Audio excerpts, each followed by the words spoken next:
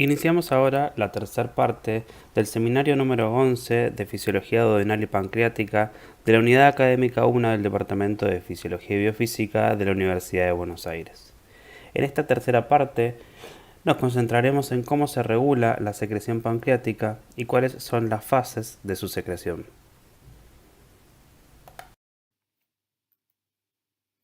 Comenzaremos entonces hablando sobre la colecistoquinina, una hormona que anteriormente ya hemos nombrado también y que es una hormona que se libera frente a la presencia de ácidos grasos o de péptidos y aminoácidos en menor medida a nivel de la luz duodenal. Estos tres estímulos generan un aumento de la producción de colecistoquinina y esta colecistoquinina va a producir una respuesta biológica sobre algunos órganos, entre ellos el páncreas, las vías biliares y el estómago. En el páncreas va a estimular la secreción de enzimas y a su vez también va a estimular el trofismo del páncreas, lo que va a producir una hiperplasia, una hipertrofia y una hipervascularización del órgano. A nivel de las vías biliares va a producir una contracción de la vesícula y una relajación del esfínter de Oddi. Y por último, en el estómago va a producir una inhibición del vaciamiento gástrico como ya vimos en los segmentos anteriores. Fíjense que el nombre colecistoquinina explica en parte su efecto. Colecisto significa vesícula y quinina se refiere a quinesis, a movimiento, por lo cual es una hormona que precisamente estimula la contracción de la vesícula.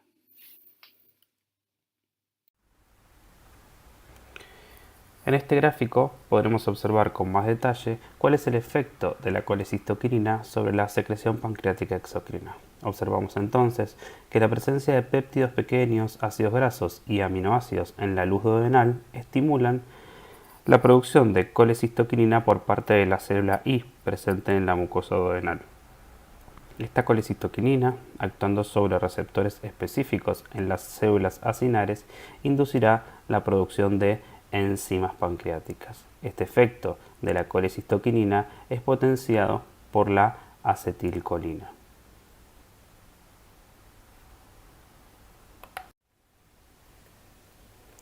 En este gráfico podemos observar en forma simplificada cómo los receptores de acetilcolina y de colecistoquinina utilizan como segundo mensajero el aumento de las concentraciones de calcio intracelulares.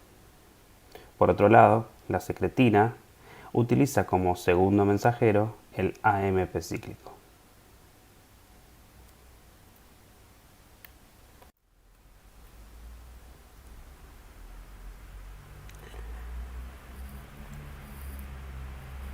En esta segunda ilustración podemos ver en forma más detallada cómo la colecistoquinina, interactuando sobre sus receptores y acoplado a una proteína GQ, estimula la fosfolipasa C, que va a dar origen a inositol trifosfato y a diacilglicerol. El inositol trifosfato induce liberación de calcio del retículo endoplasmático. La posterior unión del calcio a la calmodulina inducirá ciertas proteinquinasas que permitirán la fusión de las vesículas con con enzimas en su interior y permitirá la fusión de estas vesículas con la membrana apical de la célula acinar. Por otro lado, este calcio y el diacilglicerol pueden inducir también a una proteinquinasa C que también permitirá la fusión de estos gránulos con la membrana apical de la célula acinar. Este efecto de la colecistoquinina es compartido con la acetilcolina, como dijimos anteriormente en el otro gráfico. Por otro lado, podemos observar cómo el mecanismo de acción de la secretina es a través de una proteína GS que estimula a una adenilato ciclasa con lo consiguiente aumento de la concentración de AMP cíclico y posterior activación de una proteínquinasa A que induce también la fusión de los gránulos. Este segundo mecanismo dependiente de secretina es de mucha menor cuantía y relevancia en la regulación de la secreción enzimática de la célula acinar.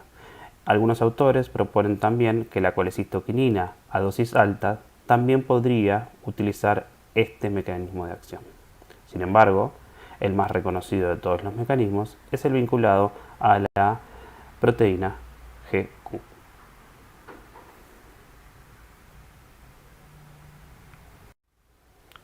Concentrémonos ahora en la otra hormona de la que venimos hablando, en la secretina.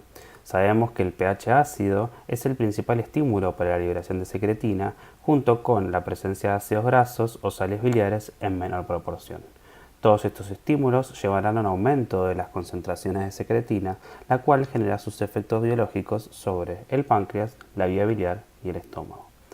En el páncreas, la secretina estimulará la secreción de agua y bicarbonato, es decir, la secreción hidroelectrolítica, y estimulará el trofismo del páncreas. Sobre las vías biliares, también estimulará la secreción de agua y bicarbonato, contribuyendo con la alcalinización del medio duodenal, y sobre el estómago inhibirá la secreción de ácido clorhídrico, evitando exceso de quimoácido en el duodeno.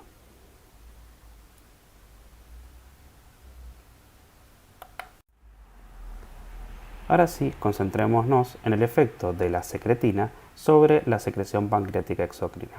Y podemos observar cómo la presencia de un pH ácido o una alta concentración de protones en la luz duodenal estimularán a las células S duodenales a la producción de secretina, esta actuando sobre sus receptores de membrana específicos, que hablamos en unas diapositivas hacia atrás, actuando sobre las células ductales, producirá un aumento del AMP cíclico, produciendo en definitiva como efecto final sobre esta célula un aumento de la secreción acuosa pancreática con un alto contenido en bicarbonato. Este efecto es potenciado por la acetilcolina y por la colecistoquinina.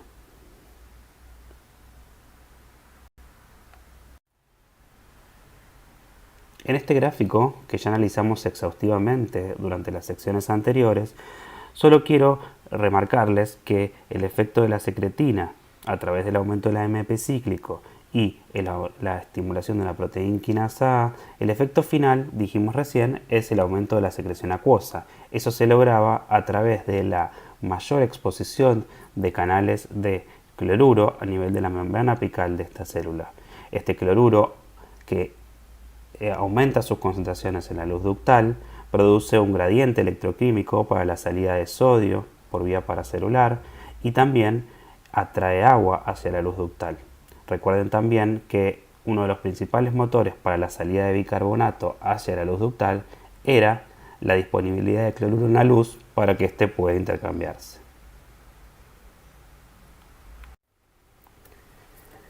Habiendo comprendido los mecanismos regulatorios de la secreción pancreática, veremos ahora cómo suceden estos mecanismos en respuesta a la ingesta.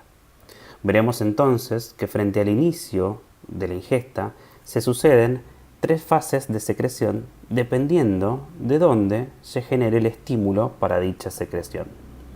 Estas fases son la fase cefálica, la fase gástrica y la fase intestinal. Comenzaremos en este momento con la fase cefálica. Esta se inicia cuando olemos, degustamos o vemos un alimento. Todos estos actos generan, a través de reflejos condicionados y no condicionados, aferencias hacia el cerebro, el cual mantiene comunicación con el núcleo motor dorsal del vago. Desde este nivel se envían neuronas aferentes vagales, ¿sí?, las cuales, una vez que generen sinapsis con una neurona postganglionar, generará un estímulo de la neurona postganglionar con la consiguiente liberación de acetilcolina como neurotransmisor.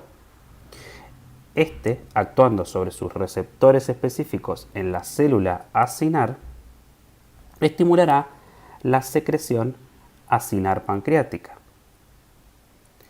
Este mismo efecto podría observarse sobre la célula ductal pancreática, pero este efecto es mucho menor, con lo cual podemos decir que la fase cefálica de la secreción pancreática estimula predominantemente la secreción acinar pancreática.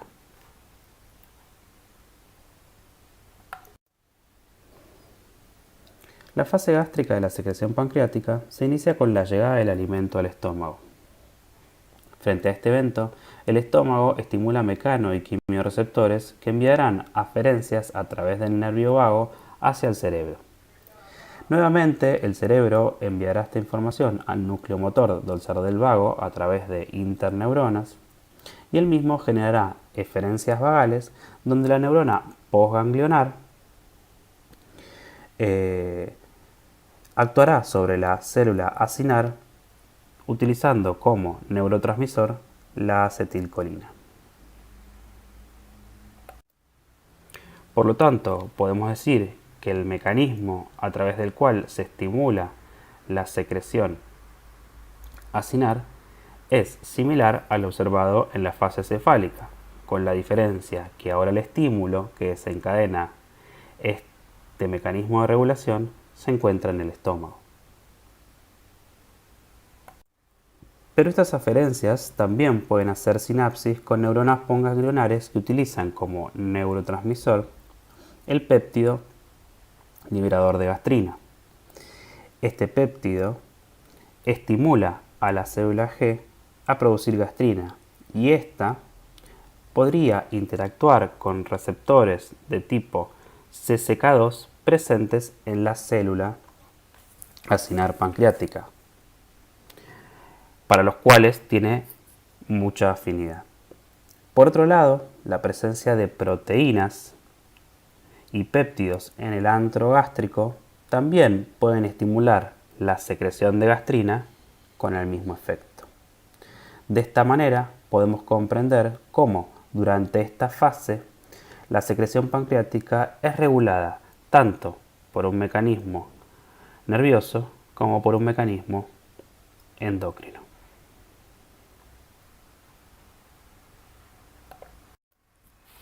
Durante la fase intestinal, la presencia de los alimentos en la luz intestinal producen una regulación sobre la secreción pancreática.